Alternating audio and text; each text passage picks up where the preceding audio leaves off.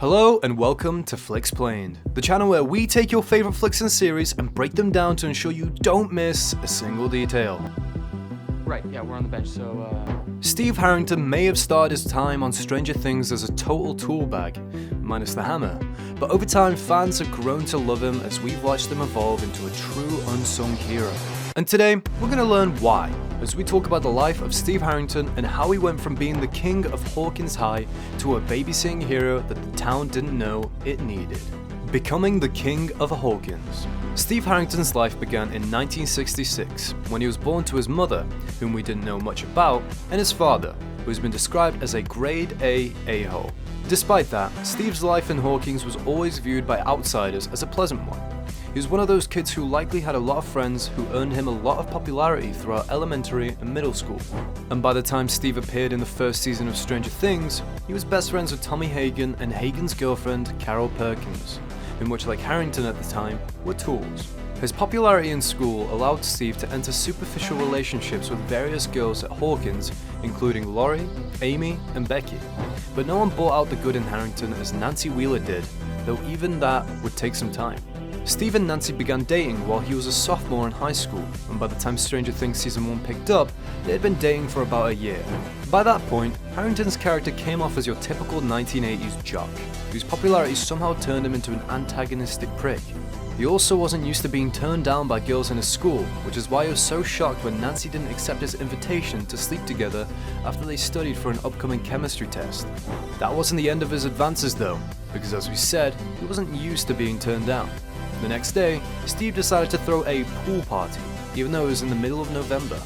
But really, it was just an excuse to get Nancy over to his house while his parents weren't home so that they could drink and he could try to sleep with her again. And that time, Steve got what he wanted, though it was under more than questionable circumstances. At this time, Nancy's friend Barb, who she invited to the party, ended up being snatched and dragged into the Upside Down where she never made it out alive. Despite Nancy's concern over a missing friend though, Steve didn't want to tell the police that she was last seen at his house because he was afraid of what his dad would do to him. Shortly after that, Steve realized that Jonathan Byers had been hiding in the bushes the night of the party and took pictures of all of them together. Although Jonathan was pretty creepy by taking secret photos of everyone, Harrington still came off as the bully when he broke Byers' camera. The road to heartbreak. As Nancy grew more concerned over her friend's disappearance, she began to unknowingly distance herself from Steve, which made him suspicious of what she was up to.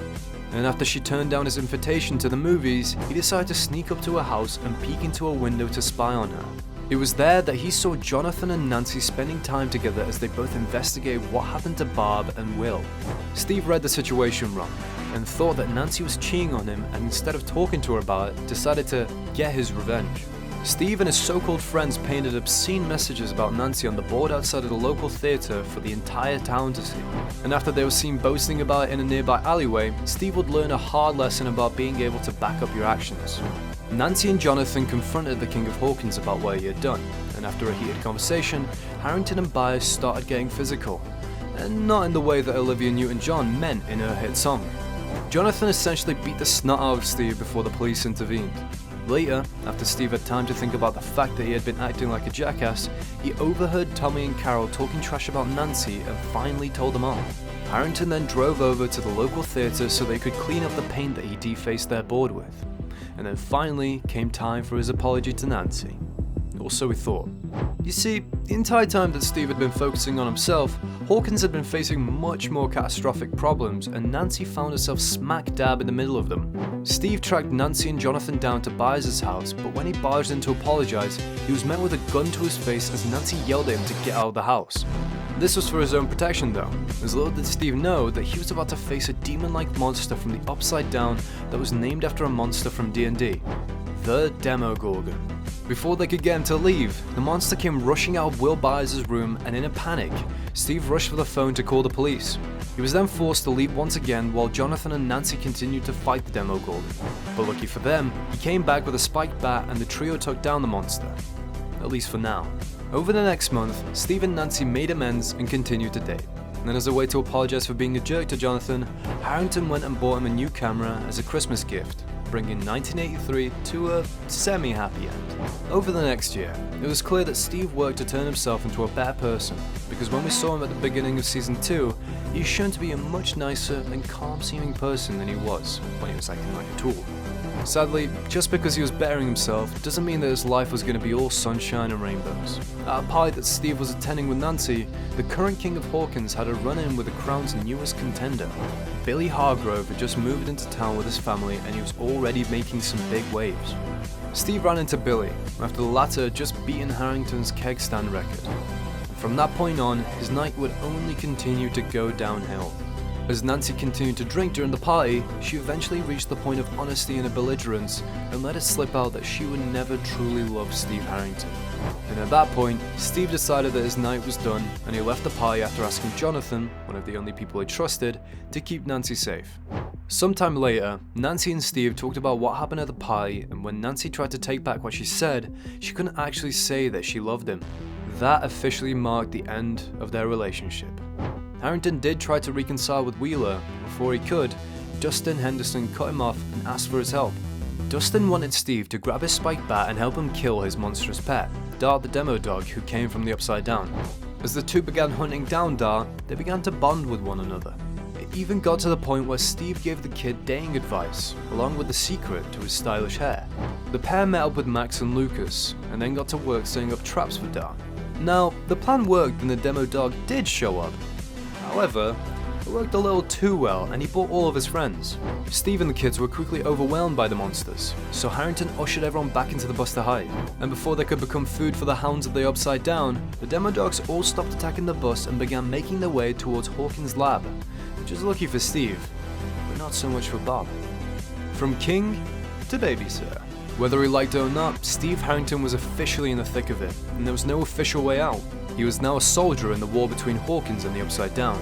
Steve was officially a part of the group and was slowly on his way to becoming the most hardcore babysitter on TV since the pacifier. He helped the group as they interrogated Will in an attempt to find the Mind Flayer's weakness, and even decoded the Morse code that Will was using to learn that fire was the key. However, the Mind Flayer used Will to learn the location of the group and sent its lackeys after them. Thankfully, 11 showed up and saved everyone. It was time to put an end to everything for the second time. And in order to do that, Steve was given a very important role. Stay behind and babysit the children while the adults handle the scary demon portal. Steve took care of Max, Lucas, Dustin and Mike for a while, but the tables were soon turned after Max's older brother and Steve's arch enemy Billy showed up. Steve and Billy had a little bit of banter back and forth before they got into an all-out brawl that Harrington would sadly end up losing. And just when it seemed like Billy was about to take everything a huge step too far, Max injected him with a sedative that was meant for Will, and the kids began babysitting the unconscious Steve. While he was knocked out, the kids decided to head towards the tunnels, something that Harrington tried to talk them out of when he finally woke up. There was no way that was going to happen though, so instead of leaving the kids behind, Steve shifted back into babysitter mode and helped them burn the Mind Flayer from the inside. Steve was, once again, one of the silent heroes of Hawkins, and he even earned himself a new best friend along the way.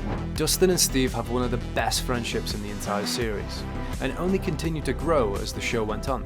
Fast forward now to the beginning of season 3, which was set at the end of the summer of '85. Steve had been working at Scoops Ahoy, an ice cream place in the Starcourt Mall. It's there that he worked and began to become friends with Robin Buckley, though at first, they're more like work acquaintances. The two were constantly butting heads, and while Steve tried to hit on girls that were trying to buy ice cream, Robin was keeping track of his success on a tally board that showed that he wasn't having any at all. After a happy reunion with Dustin, who had been away at summer camp, the two began discussing a possible Russian communication signal that Dustin intercepted. With very little arguing, Steve stepped up and offered to help to translate, though he didn't know the first thing about the Russian language. That's where Robin came in, who was tired of doing all the work at Scoops while Steve and his little friend slacked off in the back. She revealed that she was multilingual and offered to help translate the code if Steve would get back to work. It took a little while, but Robin was ultimately able to crack the code, and in that same moment, Steve made a very important discovery. He noticed that in the background of the Russian communication, there was the same music that the carousel in the mall played, meaning the Russians were working from nearby. Steve, Dustin and Robin knew that they had to spring into action, and set up a meeting with Lucas's younger sister, Erica. Steve used his charm and people skills on Erica and bribed her with a lifetime of free ice cream if she would help them get into the Russian base. Erica was able to sneak into a secret area hidden within the Starcourt Mall, and after she let Steve and his team inside, they all found themselves trapped inside an elevator. Harrington came up with the idea to use a container of green acidic liquid that Erica found to prop the door open, and allow them to escape the elevator, which officially placed them within the Russian base. Steve, Robin, and the children snuck around the base and managed to make it all of the way to the comms room before being discovered by a Russian soldier. Part-time hero, full-time babysitter.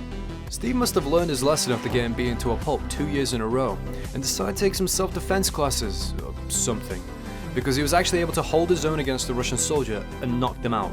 Dustin congratulated Harrington on winning his first fight before their spirits are all broken at the sight of a machine that the Russians were using to keep the gate to the Upside Down open.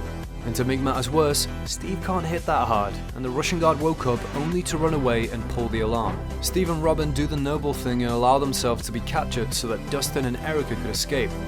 While that may have worked, the two Scoops Ahoy employees were next in line for some good old Russian interrogation. The interrogation included some bumps, bruises, and light torture. But what really proved troublesome was the truth serum that Steve and Robin were injected with. Thankfully, just before they gave up too much information, the Russians were forced to another location while Dustin and Erica returned to save their squad. They may have been saved, but because of the psychedelic effects of the truth serum, Robin and Steve were practically useless. So the two kids left their high school adult supervisors in a showing of Back to the Future as they continued to evade the Russians. Steve and Robin later ended up in the bathroom together, where Steve showed true growth when he expressed his love to Robin, and she rejected him. Only, instead of getting upset, Steve not only accepted the rejection, but was happy that Robin felt comfortable enough with him to tell Harrington that she was gay. Had this been 2 years before that, Steve might have been a total jerk about the situation, but he really did work hard to change who he was as a person, and that definitely showed in season 3. The pair later reunited with Dustin and Erica to help the party battle it out with Billy and the Mind Flayer. He even saved Nancy and Jonathan in the process by hitting Billy with his car before heading outside to wait for the battle to be finished. And when all was said and done, Robin and Steve were both forced to quit their jobs at Scoops. But they stayed co-workers after Robin helped Harrington land a job with her at the video store Family Video. In the spring of 1986, which is when season 4 of Stranger Things took place, Steve and Robin were still working together and continued to grow closer to the point where they were giving each other advice on their failed look at relationships. However, there is little time for that after popular cheerleader Chrissy Cunningham was found murdered inside Eddie Munson's trailer. Eddie was a metalhead, D&D loving monster with a heart of gold. But Steve, like most people, only judged him by the way that he looked. Like most people in town, Steve believed that Eddie killed Chrissy, but after Max and Dustin filled him in on some issues inside the Upside Down and a new enemy named Vecna, Harrington quickly sided with the kids and believed Eddie was innocent. Not long after that, Max was actually taken over by Vecna and almost became his next victim, but it was a good thing Steve and Dustin were there to spring into action. They had learned from Nancy that music could break Vecna's hold on his victims, so they put Max's headphones on her and played her favorite song, Running Up That Hill. Steve and the group's investigation led them to the abandoned house of a man named Victor Creel, who is believed to have killed his entire family. During the first walkthrough of the house, Steve noticed the lights flickering, but sadly at the time, they didn't realize that was a signal that Vecna had claimed his third victim. Later on, Dustin noticed that the compass was acting strange, and using the same trick that he discovered in season 1, he was able to bring the group to another portal into the Upside Down. The gateway was located at the bottom of Lover's Lake, where Steve didn't hesitate to dive down to investigate before he was dragged over to the other side. While in the Upside Down, Steve experienced Bruce Wayne's worst nightmare as a swarm of bat-like monsters swarmed him and nearly killed him. Thankfully, Nancy jumped in after Steve and was there to save him, which may or may not have rekindled his feelings for her. It's hard to tell if they were ever truly gone. Eddie actually noticed that Steve still had feelings for Nancy and gave him some advice, which was to act on his feelings and to let Wheeler know that he still loved her. Steve and Eddie's relationship was actually really great, even though it was really short-lived. But their friendship and the jealousy that they both had toward one another over who was better friends with Dustin was really heartwarming. Steve took Eddie's advice to heart, and while they were on their way to the Creel house in the Upside Down to put an end to Vecna, Steve confessed his love to Nancy. But more importantly, he thanked her for making him a better person, which he really was. Steve Harrington, at the end of season 4, was a totally different person compared to who he was at the beginning of the first season, and that's just a fact. He also played a massive part in stopping Vecna, though there is no telling what the future holds for Hawkins or Steve in the upcoming final season of the show. What do you think is next for Steve Harrington? Do you think he's gonna make it out of season 5 alive? Make sure you let us know in the comments below. And if you enjoyed today's video, hit that like and subscribe button to make sure you don't miss a single fantastic upload. I'll see you in the next one.